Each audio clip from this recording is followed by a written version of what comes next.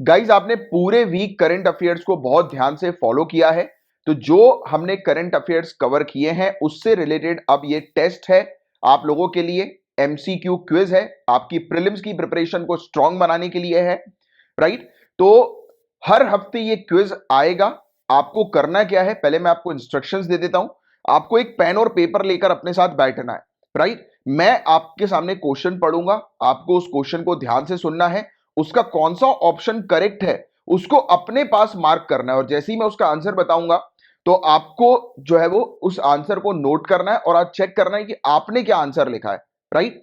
तो ये प्रैक्टिस जो है वो आपको करनी है, और बाकी इसकी पीडीएफ भी जो है वो आपको प्रोवाइड करा दी जाएगी, है ना। आप पीडीएफ भी जो है उसकी डाउनलोड कर सकते हैं।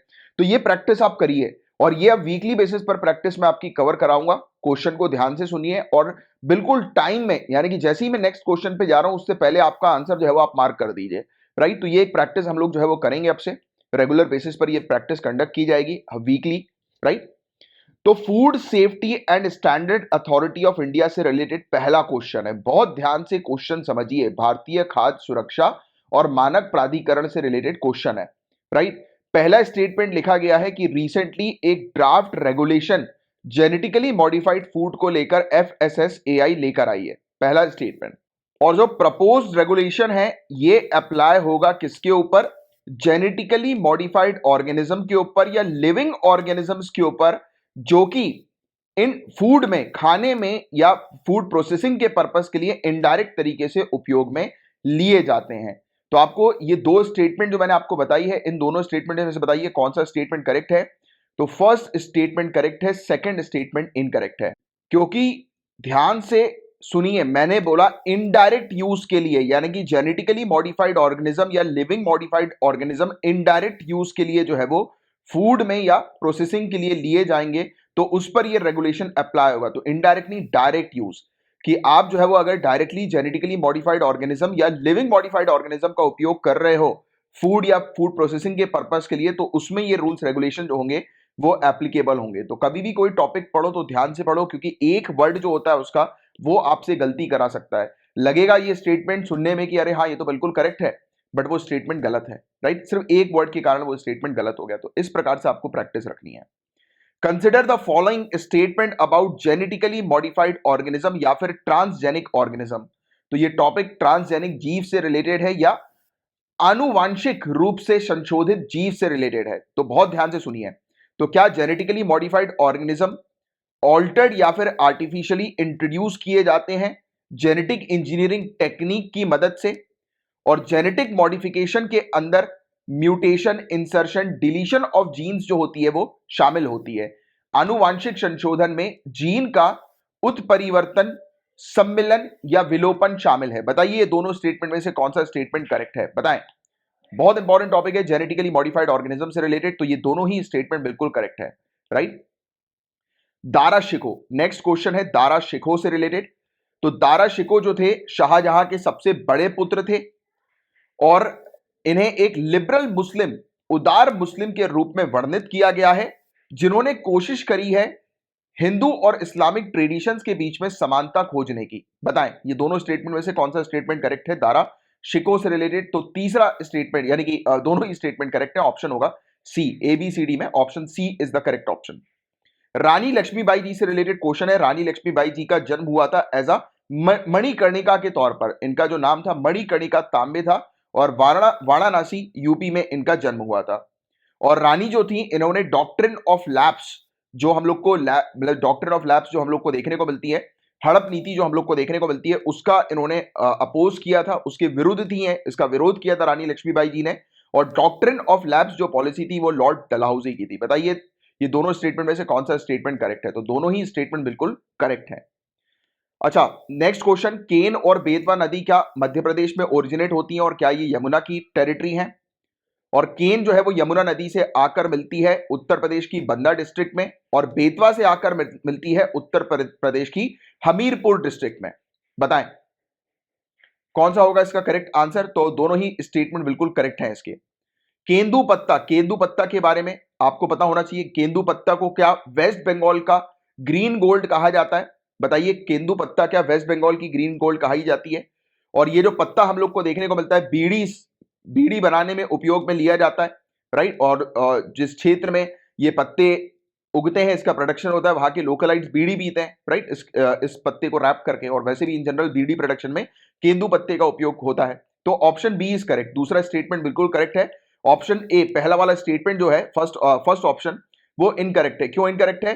क्योंकि केंदू पत्ता जो है वो ग्रीन गोल्ड कहां पर कहा जाता है? ओडिशा में। ओडिशा में इसको ग्रीन गोल्ड कहते हैं, याद रखिएगा। अच्छा, मुझे बताएं कि केंदू पत्ता सबसे ज्यादा इसका प्रोडक्शन कहां पर होता है? नीचे कमेंट बॉक्स पर लिखकर बताइए। पीसा एक्ट एक बहुत ज्यादा इंपॉर्टेंट टॉपिक है, पीसा अधिनियम। तो ये कानून जो है वो गवर्नमेंट ऑफ इंडिया के द्वारा लागू किया गया है। किस चीज को इंश्योर करने के लिए? कि ग्राम सभा के स्तर पर लोकल सेल्फ गवर्नेंस जो है वो शेड्यूल्ड एरियाज के लिए लाया जाए। यानी कि शेड्यूल्ड एरियाज में जो लोग रह रहे हैं, तो उन लोगों के लिए भी ग्राम सभा जिस प्रकार से ऑपरेट करती है, वैसी फंक्शनिंग जो है वो वहां पर स्टैब्लिश की जाए। और पीसा रिकॉग्नाइज करती है traditional system of decision making process को, और पीपल सेल्फ गवर्नेंस के लिए पीसा सिस्टम जो है वो हम लोग को देखने को मिलती है, यानी कि सेल्फ गवर्नेंस के लिए देखने को मिलती है। तो बताइए पीसा से रिलेटेड कौन सा स्टेटमेंट करेक्ट होगा? तो दोनों ही स्टेटमेंट बिल्कुल करेक्ट है। नील गाय की बात करें गाइस, तो नील गाय क्या है? एक स्मॉलेस्ट एंटीलोप हम लोग को देखने को मिलती है। नील गाय सबसे छोटी एशियाई मृग है, राइट। एंड ये नॉर्थ इंडियन सब कॉन्टिनेंट पर पाई जाती है। बताएं क्या ये स्टेटमेंट करेक्ट है या इनकरेक्ट है? नील गाय क्या सबसे छोटी एंटीलोप है और इंडियन सब कॉन्टिनेंट की ये इंडिजीनियस प्रजाति हम लोग को देखने को मिलती है, स्वदेशी है, ये इंडियन सब कॉन्टिनेंट में पाई जाती है। बताएं। तो दूसरा स्टेटमेंट यहां पर करेक्ट होगा, पहला स्टेटमेंट इनकरेक्ट है, क्योंकि लार्जेस्ट है, लार्जेस्ट एशियन एंटीलोप के तौर पर नील गाय हम लोग को देखने को मिलती है। अब न्यू डेवलपमेंट बैंक से रिलेटेड क्वेश्चन है। तो क्या ये मल्टीलैटरल डेवलपमेंट बैंक है जिसे ब्रिक्स कंट्री चलाती हैं, right? Brazil, Russia, India, China, South Africa.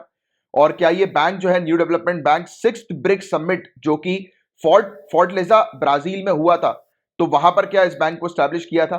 तो इसमें से आपसे क्या पूछा गया? इनकरेक्ट स्टेटमेंट पूछा गया कि दोनों में से कौन सा स्टेटमेंट इनकरेक्ट है। तो दोनों ही स्टेटमेंट करेक्ट है, इसलिए करेक्ट आंसर होगा डी। तो हमेशा ध्यान में रखो कि स्टेटमेंट में करेक्ट पूछा गया है या इनकरेक्ट पूछा गया। कभी कभी इसमें भी गलती करके मतलब स्टूडेंट जो है वो अपने 2 मार्क्स जो है वो गवा देते हैं प्रीलिम्स के अंदर। Armed forces special power act, AFSPA, very important topic. तो आफ्सपा जो है वो आर्म्ड फोर्सेज को पावर देता है कि आर्म्ड फोर्सेज डिस्टर्ब्ड एरिया में पब्लिक ऑर्डर मेंटेन कर सकते हैं। तो क्या सशस्त्र बलों को अशांत क्षेत्रों में सार्वजनिक व्यवस्था बनाए रखने की शक्ति देता है आफ्सपा? पहला स्टेटमेंट यह है। दूसरा statement, area can be disturb due to differences और dispute between the member of different religious, racial, language और रीजनल ग्रुप और कास्ट और कम्युनिटीज। यानी कि विभिन्न धार्मिक, नस्लीय, भाषा या क्षेत्रीय समूह या जातियों या समुदाय के सदस्यों के बीच मतभेदों या विवादों के कारण एक क्षेत्र, अशांत क्षेत्र जो है वो कहा जाता है। अशांत क्षेत्र एक क्षेत्र को क्या इसी चीज के लिए कहा जाता है कि उस क्षेत्र में डिस्टर्बेंस हम लोग को देखने को मिलता है, राइट? मेंबर्स के बीच में, अलग अलग कम्युनिटीज के बीच में, लैंग्वेज के आधार पर, रिलीजन के आधार पर, रेशियल के आधार पर। तो बिल्कुल सही है, ये दोनों ही स्टेटमेंट बिल्कुल करेक्ट है, राइट? आफ्सपा से related. Regional comprehensive economic partnership बहुत इंपॉर्टेंट टॉपिक है, क्षेत्रीय व्यापक आर्थिक भागीदारी। क्या ये दुनिया की सबसे बड़ी ट्रेड एग्रीमेंट है? और क्या इंडिया इस ऑर्गेनाइजेशन का या इस पार्टनरशिप का पार्ट है? मेन ऑब्जेक्टिव इसका यह है कि टैरिफ जो है, यानी कि टैक्सेस, कस्टम ड्यूटीज जो है उसको कम करना, लो करना, और ट्रेड को ओपन करना, राइट? और प्रमोट करना इन्वेस्टमेंट इमर्जिंग इकोनॉमीज में, राइट? और जिससे कि इमर्जिंग इकोनॉमीज, डेवलपिंग कंट्रीज जो है वो रेस्ट ऑफ द वर्ल्ड के साथ जो है वो जुड़ सकें। तो इसमें आपको इनकरेक्ट स्टेटमेंट जो है वो बताना है। तो पहला स्टेटमेंट इनकरेक्ट है क्योंकि इंडिया इसकी पार्ट नहीं है, यहीं से ही है स्टेटमेंट खत्म हो जाता है ना? तो पहले ही हम मार्क कर सकते हैं कि पहला स्टेटमेंट तो टोटली गलत है। तो करेक्ट आंसर होगा ए, इनकरेक्ट पहला statement. Atal ranking of institutions on innovation achievement, ARIIA। तो क्या ये इनिशिएटिव मिनिस्ट्री ऑफ एजुकेशन की है? ARIIA। क्या मेन ऑब्जेक्टिव इसका ये है कि हमारी कंट्री के अंदर जितने भी मेजर हायर एजुकेशनल इंस्टीट्यूशन और यूनिवर्सिटीज हैं, राइट, तो उनको सिस्टमैटिकली रैंक करना, है ना? बताओ जरा। तो ये दोनों ही स्टेटमेंट बिल्कुल करेक्ट है। तो करेक्ट आंसर है सी, दोनों ही स्टेटमेंट बिल्कुल करेक्ट है, राइट? तो ये चीज ध्यान में रखना। अब नेक्स्ट क्वेश्चन क्वांटम इंटेंगलमेंट से रिलेटेड है, बहुत ध्यान से सुनिए। तो it is a physical phenomena that occur when a pair और group of particles is generated and they interact in such a way that the quantum state of each particle of the pair or group can be described independently of the state of the other। ये एक भौतिक घटना है जो तब होती है जब एक जोड़ी या कणों का समूह उत्पन्न होता है और वे इस तरह से परस्पर क्रिया करते हैं कि जोड़े या समूह के प्रत्येक कण की क्वांटम अवस्था को दूसरों की स्थिति से स्वतंत्र रूप से वर्णित किया जा सकता है। पहला स्टेटमेंट यह है। दूसरा statement, this led to correlation between observable physical properties of the system. ये सिस्टम के देखने योग्य भौतिक गुणों के बीच सह संबंध की ओर जाता है। कोरिलेशन बताता है दो ऑब्जेक्ट्स के बीच में। तो देखो गाइस, पहला स्टेटमेंट इनकरेक्ट है। क्यों स्टेटमेंट इनकरेक्ट है? क्योंकि पहले स्टेटमेंट में लिखा है कि इस ग्रुप को आप इंडिपेंडेंटली डिस्क्राइब कर सकते हो, एक दूसरे से अलग। मतलब आप इन दोनों को एक दूसरे से अलग डिस्क्राइब कर सकते हो, ऐसा नहीं है। क्वांटम स्टेट में एक पेयर जो होता है वो दूसरे से बिल्कुल, भले ही उसके पास कोई भी मीडियम ना हो कनेक्ट करने का एक दूसरे से, बट अगर एक पेयर में कोई चेंजेस आएंगे या एक पर्टिकुलर पार्टिकल में कुछ चेंजेस आएंगे तो दूसरे पार्टिकल में भी चेंजेस आएंगे। तो आप उसको इंडिपेंडेंटली डिस्क्राइब नहीं कर सकते, यानी कि वो एक दूसरे से अलग नहीं है, राइट। एक दूसरे से उसको अलग आप नहीं डिस्क्राइब कर सकते हो, राइट। वो एक ही है, right. They cannot be describe independently of the state of the other, cannot be describe. तो ये देखो, एक छोटी सी चीज कैन और कैनॉट से पूरा स्टेटमेंट जो है वो चेंज हो गया। तो ऐसी क्लियरिटी, कॉन्सेप्ट क्लियरिटी आपको रखनी है, और अगर आप रेगुलरली लेक्चर्स को सुनते हैं, फॉलो करते हैं, राइट, तो आपको ये कॉन्सेप्ट क्लियरिटी बहुत अच्छे से होगी, राइट। तो ये चीज है। चलो एनीवेज, क्वांटम एंटेंगलमेंट अ वेरी इंपॉर्टेंट टॉपिक। अब नेक्स्ट जो क्वेश्चन है वो आउटर स्पेस ट्रीटी का है। तो क्या ये ट्रीटी 1967 में लाई गई थी, राइट? क्या ये ट्रीटी बताती है कि किस प्रकार से आउटर स्पेस में एक्टिविटीज होनी चाहिए? तो क्या उस प्रिंसिपल्स के बारे में मेंशन है इस ट्रीटी के अंदर? बताओ जरा, दोनों स्टेटमेंट में से कौन सा स्टेटमेंट करेक्ट होगा? तो दोनों ही स्टेटमेंट बिल्कुल करेक्ट है। और अब आपको दो स्टेटमेंट में से करेक्ट स्टेटमेंट बताना है इंटरनेशनल स्पेस ऑर्गेनाइजेशन के बारे में। तो क्या ये इकलौता स्पेस स्टेशन है जो कि आज की डेट में जो है वो ऑर्बिट कर रहा है, चक्कर लगा रहा है, इंटरनेशनल स्पेस स्टेशन? तो क्या इकलौता स्पेस स्टेशन है ये? और इंटरनेशनल स्पेस स्टेशन जो है ये United states, Canada, India, Japan, Europe और रशिया का है? बताओ जरा। तो देखो इस कायदे में अगर देखा जाए तो दोनों ही स्टेटमेंट गलत है, बट एक्चुअल में इंटरनेशनल स्पेस स्टेशन की अगर हम बात करें तो एक्टिव ये है, तो इसलिए हम कह सकते हैं कि ये एक लौता स्पेस स्टेशन है जो कि इंटरनेशनल स्पेस स्टेशन जो कि चक्कर लगा रहा है। और बाकी इंटरनेशनल स्पेस स्टेशन में तो इंडिया की भागीदारी है ही नहीं, राइट? तो कंट्रीब्यूशन तो है ही नहीं, तो इसलिए आप नहीं कह सकते कि ये इंडिया के स्टेक्स हैं इंटरनेशनल स्पेस स्टेशन में, है ना? तो ये वाला सेकंड वाला स्टेटमेंट तो टोटली गलत है, राइट, सेकंड वाला।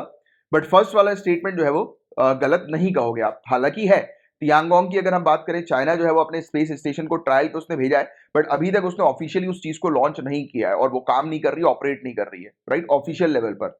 But international space station official level पर ऑपरेट करती है, तो इसलिए पहला स्टेटमेंट बिल्कुल करेक्ट होगा, दूसरा स्टेटमेंट इनकरेक्ट होगा। जीएसटी काउंसिल से रिलेटेड एक क्वेश्चन है। तो क्या जीएसटी काउंसिल एक कॉन्स्टिट्यूशनल बॉडी है, आर्टिकल 280 के तहत आती है? क्या सेंटर और स्टेट का ज्वाइंट फोरम हम लोग को जीएसटी काउंसिल देखने को मिलती है? बताओ जरा, दोनों स्टेटमेंट में से कौन सा स्टेटमेंट करेक्ट होगा? तो दूसरा स्टेटमेंट करेक्ट है, क्योंकि जीएसटी काउंसिल किस आर्टिकल में आती है? Article 279A।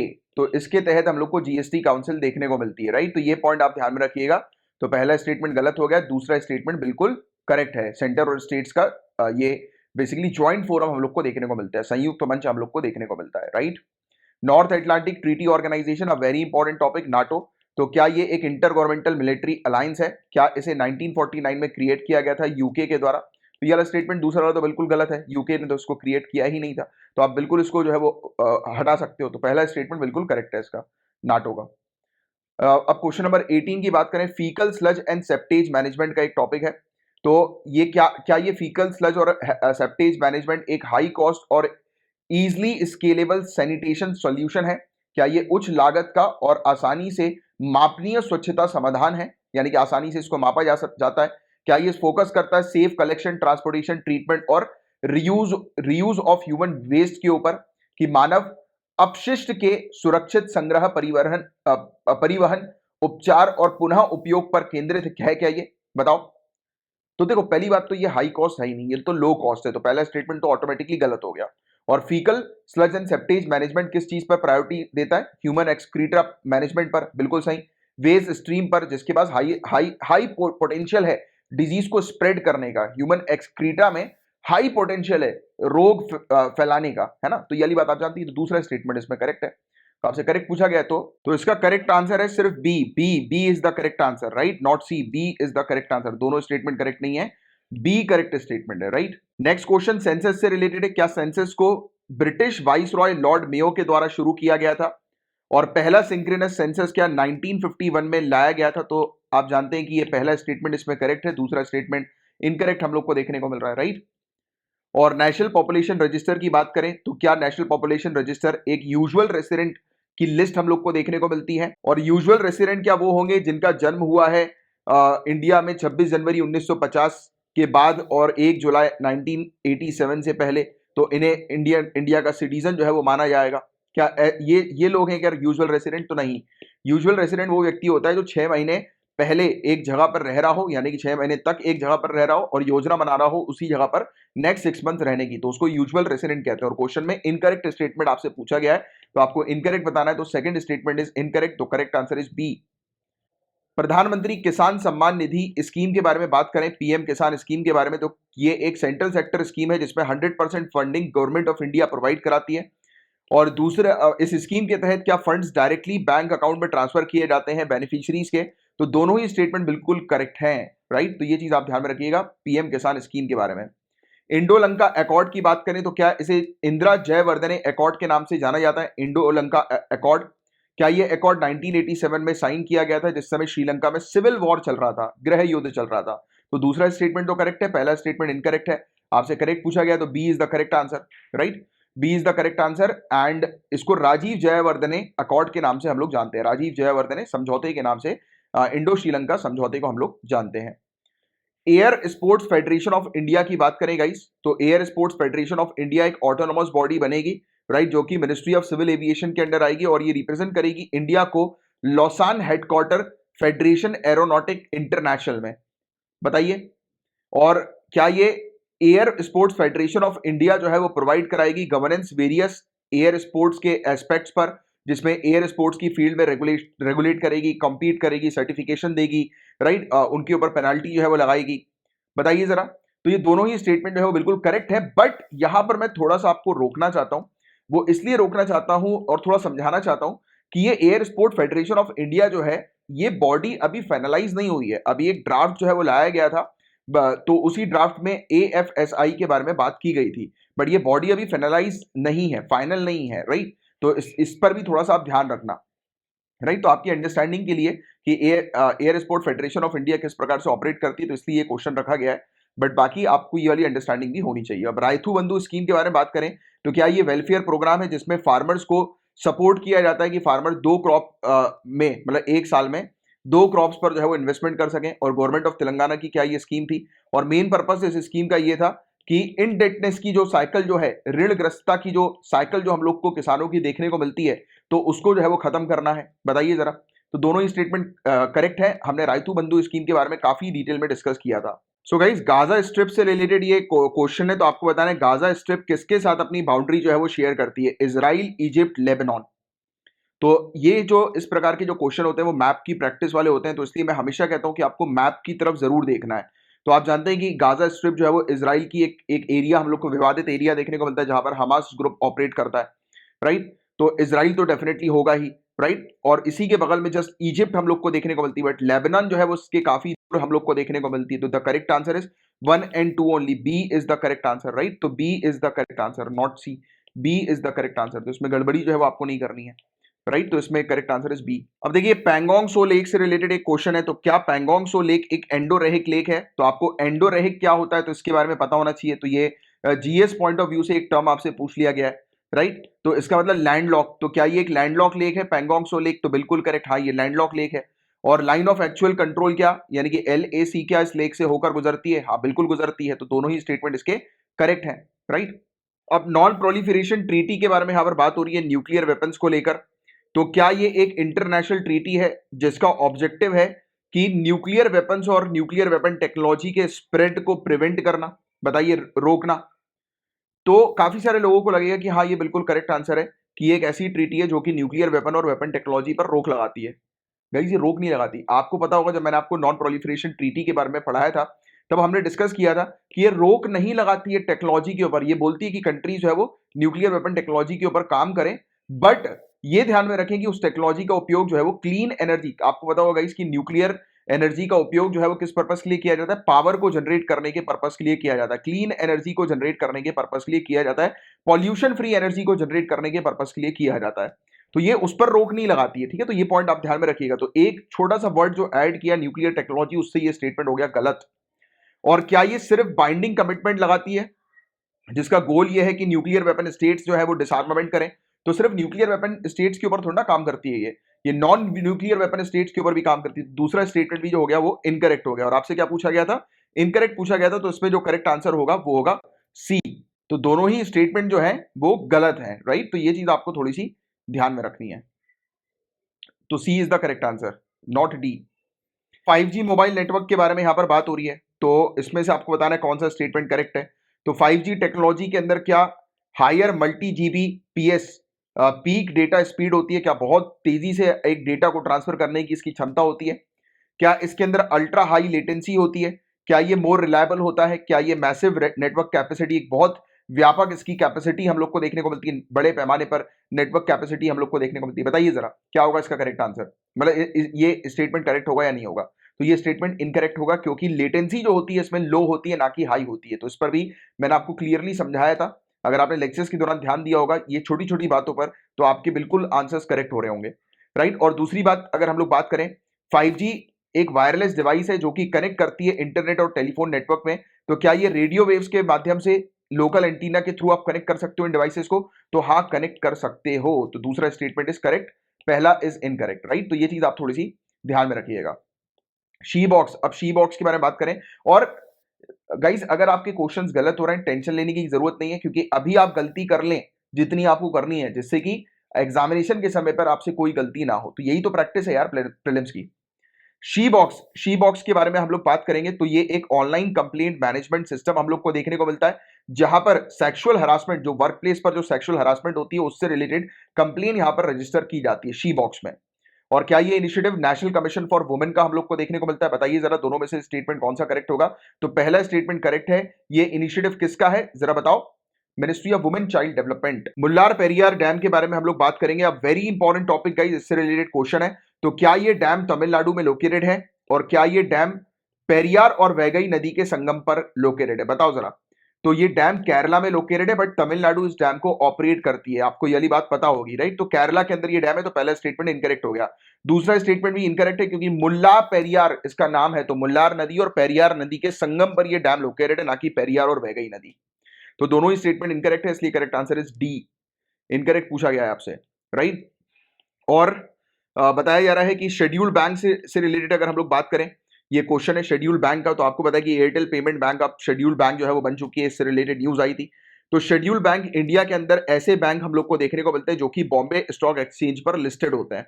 और शेड्यूल बैंक जो है वो ऑटोमेटिकली क्लियरिंग हाउसेस की इनको मेंबरशिप जो है वो मिल जाती है, मतलब ये एक्वायर कर सकते हैं क्लियरिंग हाउसेस की मेंबरशिप। तो क्लियरिंग हाउसेस क्या होता है ये भी मैंने आपको समझाया है, तो आपको पता होगा। तो दूसरा स्टेटमेंट करेक्ट है, पहला स्टेटमेंट इज इनकरेक्ट, तो करेक्ट आंसर इज बी। अब मैक के बारे में बात करें, मल्टी एजेंसी सेंटर के बारे में बात करें, तो ये क्या ये कॉमन काउंटर टेररिज्म ग्रिड है जो कि आईबी के अंदर आती है, इंटेलिजेंस ब्यूरो के अंदर आती है। और क्या ये 2008 से ऑपरेट कर रही है मुंबई अटैक के बाद से? बताओ। तो कारगिल वॉर के बाद से ये ऑपरेट कर रही है, ना कि मुंबई अटैक के बाद से। तो ये वाला पॉइंट आप मैक के बारे में थोड़ा सा ध्यान में रखना। तो पहला स्टेटमेंट हो गया गलत। रॉ को छोड़कर जितनी भी हमारी कंट्री की सिक्योरिटी ऑर्गेनाइजेशन है वो इस प्लेटफॉर्म का हिस्सा है, तो रॉ भी इसका हिस्सा है। तो दूसरा स्टेटमेंट भी गलत है, तो इसलिए इसका करेक्ट आंसर होगा डी, नीदर 1 नॉर 2। अब NEAT, national educational alliance for technology 3.0 के बारे में बात की जा रही है। तो मिनिस्ट्री ऑफ एजुकेशन ने अनाउंस किया है नीट को कि ये पब्लिक प्राइवेट पार्टनरशिप मॉडल के तौर पर जो है वो काम करेगी। गवर्नमेंट और एजुकेशनल टेक्नोलॉजी कंपनी पूरे इंडिया में जितनी भी है, तो उनके साथ जो है ये पीपीपी मॉडल के ऊपर बेस्ड जो है वो एजुकेशन के लिए बेस्ट डेवलप्ड टेक्नोलॉजिकल सोल्यूशन जो है वो लेकर आएंगे एजुकेशन सेक्टर के अंदर, राइट? इससे युवाओं के बीच में एम्प्लॉयबिलिटी भी जो है वो एनहेंस होगी, बढ़ेगी, और लर्नर्स को कन्वीनियंट जो है वो एक प्लेटफॉर्म जो है वो मिल सकेगा, एक सिंगल प्लेटफॉर्म लर्नर्स की कन्वीनियंस के लिए होगा। तो बताओ क्या करेक्ट है? तो ये दोनों ही स्टेटमेंट करेक्ट है इसमें। कंज्यूमर प्रोटेक्शन रूल्स 2021 के बारे में बात करें, तो स्टेट कमीशन जो है वो अब 50 लाख से 2 करोड़ रुपए तक की कंप्लेन जो है वो देखेगी कंज्यूमर्स की, राइट। और food and public distribution district commission के पास क्षेत्र अधिकार हम लोग को देखने को मिलेगा कि मतलब यानी कि डिस्ट्रिक्ट कमीशन जो है तो 50 लाख रुपए तक के मामले को डील करेगा। तो यस, डिस्ट्रिक्ट कमीशन 50 लाख के मामले तक डील करेगा और स्टेट कमीशन 50 लाख से 2 करोड़ और 2 करोड़ के ऊपर के मामले को डील करने के लिए हम लोग को नेशनल कमीशन देखने को मिल रहा है। तो तीनों ही स्टेटमेंट बिल्कुल करेक्ट है।